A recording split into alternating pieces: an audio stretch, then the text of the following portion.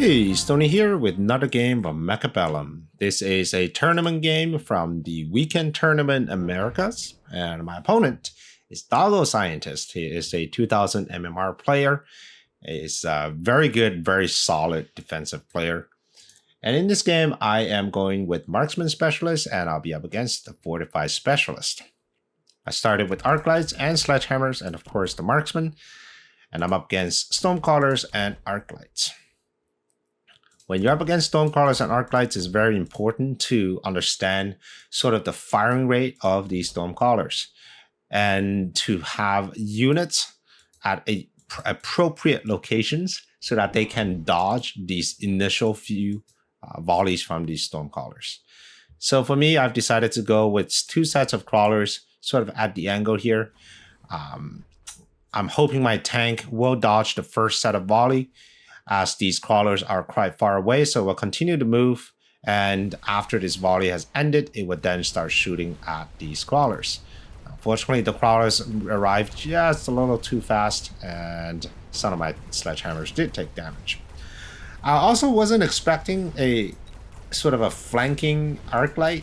Usually when you see Arclight Stormcrawlers, they tend to put Arclight fairly close to the Stormcrawlers, so that my crawlers will actually have a bit of a advantage of getting close to him. But it doesn't matter. I was able to take down this one side, and with the other side, I think these two sledgehammers and this Arclight should be able to dispatch no problem. Round 2. There are a few interesting units here. Not units, cards. Wasp Swarm is always interesting. Right now, neither of us have any defense against the wasps, so it's definitely something that we want to consider. We both took the wasp swarm, and let's see where we put them. So I put them right there in the center. I think in the center has a higher chance of getting one of the towers, even if it defends the other. And I was also expecting my opponent to put them in the middle as well, so I added a squad of Mustangs to deal with it directly. Right now, if my opponent puts the wasp here in the corner, there's a good chance that the wasp will chase down these crawlers all the way up to the top of the map. So it makes sense for him to put them in the center. But unfortunately, he didn't put it in my center. He put it in his own center, supported by two sets of fangs, or in this case, one set of fangs, because he just moved the other one. So I will lose the wasp fight, but that's okay.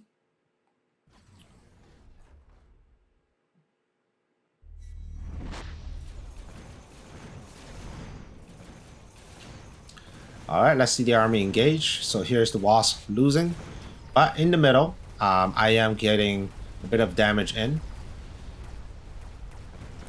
The position of these Mustangs are decent. They're not getting directly in the way of the tanks.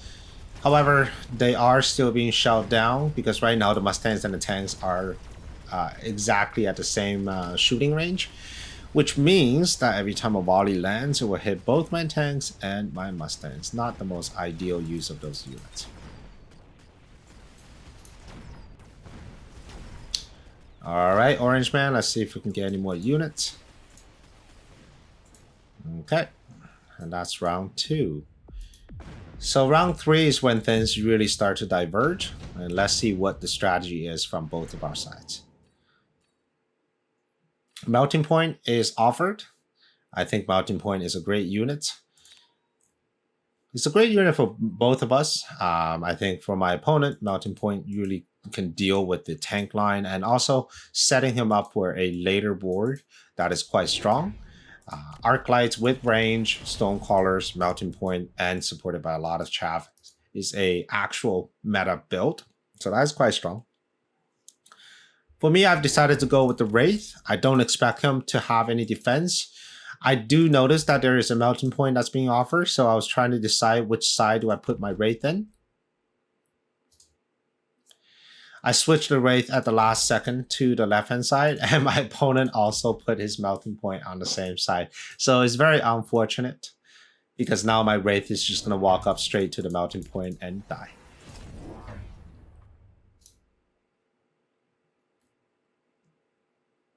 I added another squad of Mustangs, and I also added range on this Mustang so that they can now contest these arc lights. And the most important part is they're not shooting alongside the sledgehammers, which means they're not getting shot at by these stormcallers.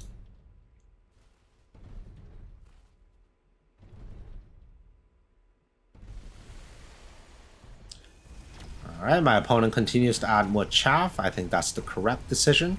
So when you're not sure what your major pivot is going to be on the board, you just want to keep adding chaff, because chaff tend to work well no matter what your carry unit or composition is going to be. All right, Mustangs are actually doing not bad here, but it will die to this level 2 Arclight. On the other side, Mustangs are just clearing out this additional chaff. Yep, got the Arclight, but I don't think it will survive the onslaught of these Stonecallers. Level 3 Marksman, not quite.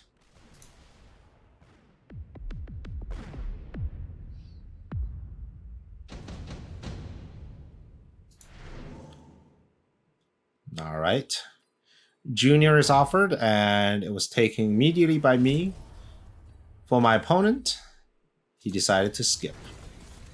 The reason I took Junior is because I wanted to build a strong board full of Mustangs. I noticed that he already added melting points, which means he's expecting some sort of giant play, and I really didn't want to give the giant play to him. So instead, I was hoping to get even more marksmen now that they're cheaper. So I want to really milk that benefit. He added range on his Arclights, making them extremely powerful against my units. I don't have a lot of chaff except these crawlers at the end. And the rest of my units, I mean, yes, the Mustangs can work as chaff, but they're just a little bit costly. Added Missile Interceptor, because I felt like these Stormcallers were just getting a little too much damage in. So right now the general plan is I'm hoping to get enough damage from these medium units while tanking the chaff, so that the melting point never really gets a decent engagement with any of my units, because it would just be picking up at these small units one at a time.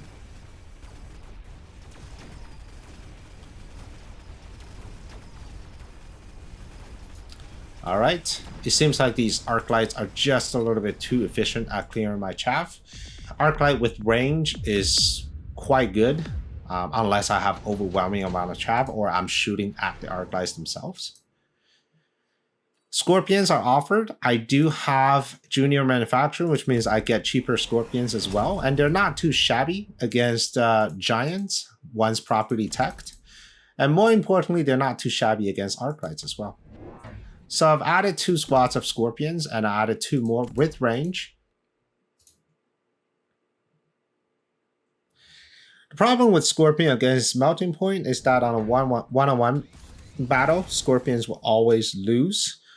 However, once your Scorpions get things like Acid, where you have some support from units like Mustangs, then your Scorpions can survive a lot longer. It really comes down to how you want to tech up your Scorpion. Acid is the better choice against giants, but if you have fast-moving units like Steel Balls or even a Rhino that you just need to get rid of very quickly, or even a Sandworm, then Double Shot might be a better option. All right, my opponent decided to get ranged Mustangs as well. And we'll kind of have the same idea. Ranged Mustangs can deal with the chaff, but after that chaff is done, it can provide screening for the carry units. In this case, will be the Mustangs and his very own Scorpions.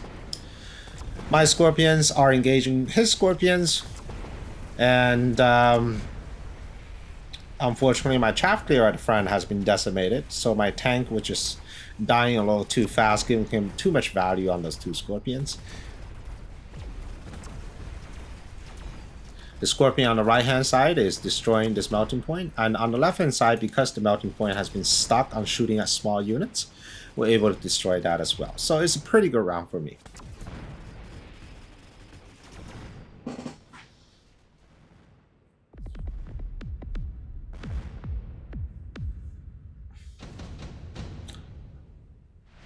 All right. Haste module, very strong units, increase the speed as well as the attack.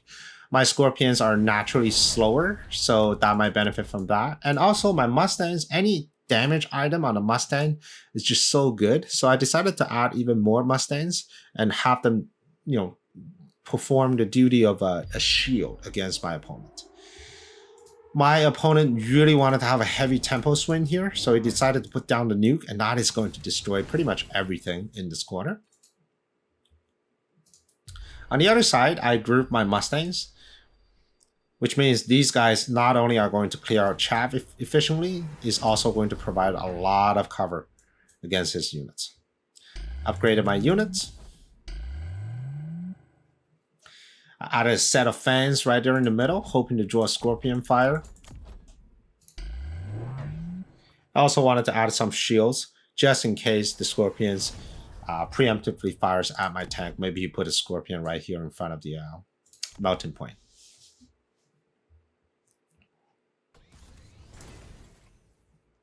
All right, for my opponent, even more chaff, more crawlers, more Mustangs, and one more Scorpion on the side. And then the last minute, he decided to change his nuke, so he's going to put it right there in the center. Because in the center, he guarantees 2 Scorpions and a couple more Mustangs. However, I don't think he's able to break the shield before the nuke comes down, which means I get to save actually quite a few of my units. Alright, so not the most ideal nuke for my opponent, but that's okay, because my units are now dealing with these large units. This Scorpion is kind of stuck on shooting fans just a bit, and the right hand side is falling. This arc light is being pushed to the front, but the Scorpion took care of my units fairly quickly. Alright, pretty good round for my opponent. From the last round, my biggest problem is just chaff clear. My opponent was clearing up chaff a lot faster than I have. My primary chaff clear units are just these Mustangs. I noticed that my arc light also was walking a little too far. So I needed to have something prepared for that. Now, luckily, the Scorpions themselves also provide a decent, I wouldn't call them specialized, but they're definitely decent at clearing out chaff compared to melting points. So I figure maybe let's get more Scorpions. It solves both the problem of the chaff to a certain degree, but it also solves the problem of dealing with those melting points. Added 2 sets of Scorpions. Started pushing.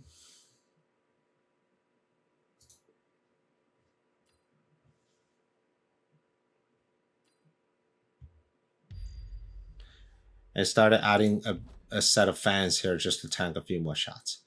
My right hand side remained to be a little weak, but I do have some crawlers going in to distract the shots from his melting point. So hopefully it'll deal enough damage to take the side. Didn't have the funds to go shielded fans. That would have been immensely helpful against whatever he has, but that's okay.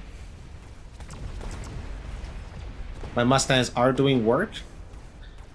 But here's the problem, especially on this side, is that my Mustang started to die while the chaff is all cleared, which means now I have to figure out how exactly do I clear the rest of the chaff. Now, fortunately, the Scorpions are clearing out chaff, which means I can kill his units on that side. Alright, heading in there.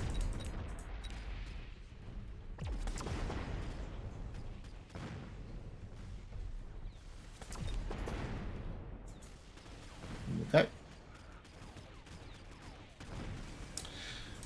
Range melting point, locking onto my Scorpions from very far away, 170 versus 140.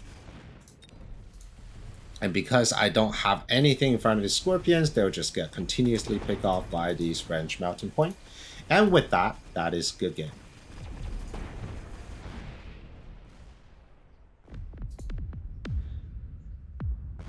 Alright. So I think if there's one thing to take away from this particular game is that chaff is very important. I think I have decent chaff clear, but I definitely do not have decent chaff. Any sort of late arriving fans here would be excellent. providing that final round of protection against this melting point. But because I didn't, and he was able to take care of my units and getting locked onto my scorpions. So I hope you enjoyed this game, and I hope to see you on the next one.